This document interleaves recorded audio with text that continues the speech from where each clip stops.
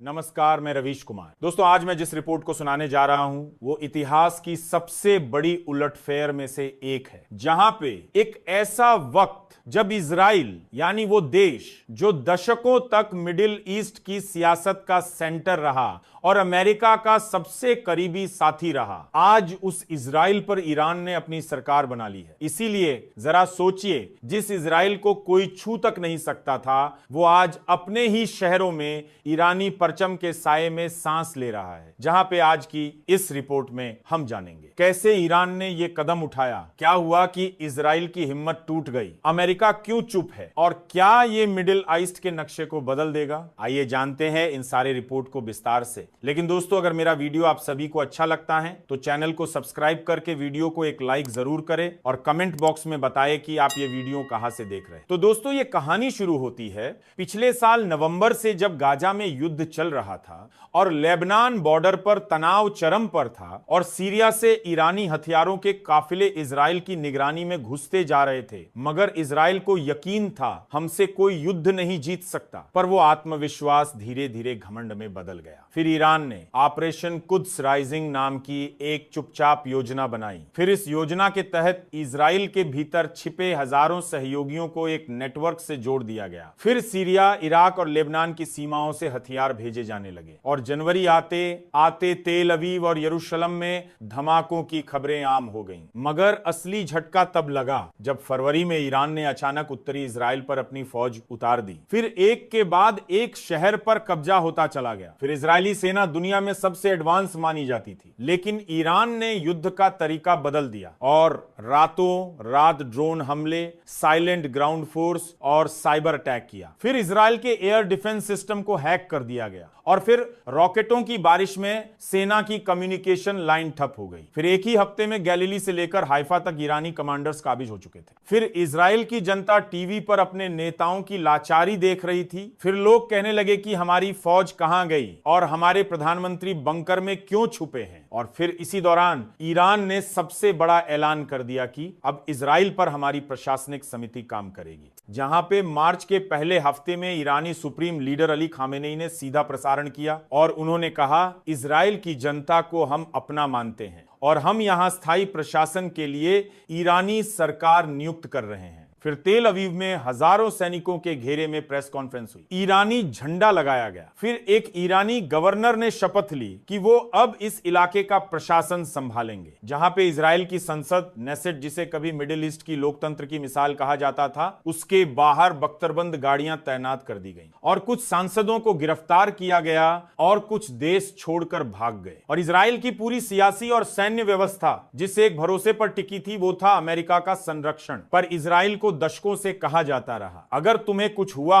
तो अमेरिका आखिरी दम तक तुम्हारे साथ खड़ा रहेगा। इसी भरोसे की वजह से इजराइल ने अरब देशों की नाराजगी की भी परवाह नहीं की और अमेरिकी हथियार, अमेरिकी फंडिंग, अमेरिकी खुफिया तंत्र, ये सब इजरायली सुरक्षा का मजबूत कवच बने हुए थे। मगर जैसे ही ईरान ने कब्जे का ऐलान किया, दुनिया के सबसे ताकतवर देश की तरफ से क्या हुआ? सिर्फ एक ठंडी प्रेस स्टेटमेंट दिया, we are closely monitoring the situation, यानी हम हालात पर नजर रख रहे हैं। क्या सिर्फ नजर रखना काफी है? इस सवाल ने पूरे मिडिल ईस्ट को हिला दिया। जहां पे एक तरफ तेल अवीव की संसद में ईरानी झंडा लहरा रहा था, दूसरी तरफ व्हाइट हाउस में एक सन्नाटा था, जहां पे कई जानकारों का कहना था अमेरिका अंदर ही अंदर इस नतीजे पर पहुंच चुका था कि अब इजराइल को बचाने में उसे अपनी साख से ज्यादा नुकसान होगा, क्योंकि ईरान ने सिर्फ सैन्य घेराबंदी नहीं की थी, वो अब सीधा प्रशासनिक कब्जा कर चुका था। जहां पे अगर अमेरिका खुलकर युद्ध में उतरता तो इसका मतलब होता एक और मिडिल ईस्ट युद्ध, ऐसा युद्ध जो शायद पूरे क्षेत्र को आग में झोंक देता। फिर वहीं कुछ लोग मानते हैं कि अमेरिका की घरेलू राजनीति भी जिम्मेदार है, जहां पे अमेरिकी जनता अब मिडिल ईस्ट में अपने सैनिकों को भेजना नहीं चाहती और अमेरिकी कांग्रेस में इस बात पर बहस होती रही कि क्या हमें अपनी अर्थव्यवस्था का बोझ उठा उठाकर फिर से मिडिल ईस्ट में फंसना चाहिए, जहां पे इजरायली नेता लगातार वॉशिंगटन से संपर्क कर रहे थे और प्रधानमंत्री कार्यालय से अपील हुई, हमें फौरन सैन्य मदद दीजिए। मगर जवाब में कुछ नहीं आया, केवल मॉनिटरिंग, डीप कंसर्न और कूटनीतिक रास्ता खोजने की बात आई, जहां पे ये वही अमेरिका था जिसने दशकों तक हर युद्ध में इजराइल को थामे रखा। गोलन हाइट्स में, गाजा में, लेबनान में, हर मोर्चे पर अमेरिकी हथियार और इंटेलिजेंस से इजराइल की सेना ताकत पाती थी। मगर आज जब इजराइल का वजूद दांव पर था तो वॉशिंगटन की दीवारों से सिर्फ खामोशी की गूंज उठी, जहां पे दुनिया ने पहली बार देखा कि जब ताकतवर की गारंटी फेल हो जाए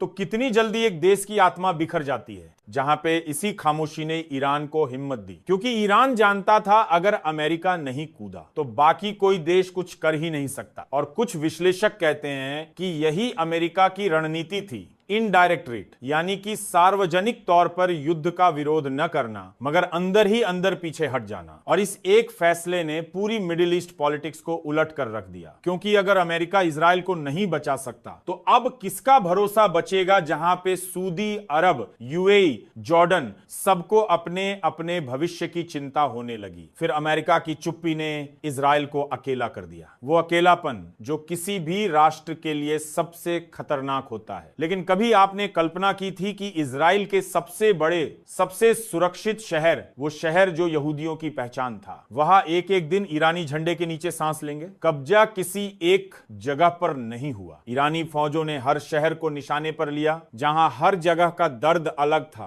हर जगह का मंजर अलग था, जिसे तीनों अब्राहमिक धर्मों का सबसे पवित्र शहर कहा जाता है, जहां पे यहूदी, ईसाई, मुसलमान सबकी आस्था यहां मिलती है, जहां पे इजरायली संसद नेसेट के सामने हरे रंग के ईरानी झंडे लगे और फिर सैकड़ों सैनिक सड़क पर मार्च कर रहे थे और वहां के नागरिक हतप्रभ होकर ये मंजर देख रहे थे, जहां पे यहूदी प्रार्थना स्थल वेस्टर्न वॉल पर सुरक्षा बढ़ा दी गई और ईरानी प्रशासन ने ऐलान किया कि यरूशलेम अब ईरान के प्रोटेक्शन में है और लोगों को नए पहचान पत्र जारी करने की प्रक्रिया शुरू हुई और सड़कों पर पोस्टर लगे, ईरानी प्रशासन के आदेश का पालन करें। और हाइफा के बंदरगाह पर परचम इजराइल का सबसे महत्वपूर्ण बंदरगाह हाइफा है, जहां से हथियार, सामान, तेल सब आता जाता था। यहां ईरानी नौसेना की कुछ यूनिटें तैनात की गईं, फिर बंदरगाह पर कंटेनर रोककर तलाशी ली जाने लगी, फिर हर जहाज का दस्तावेज चेक होता और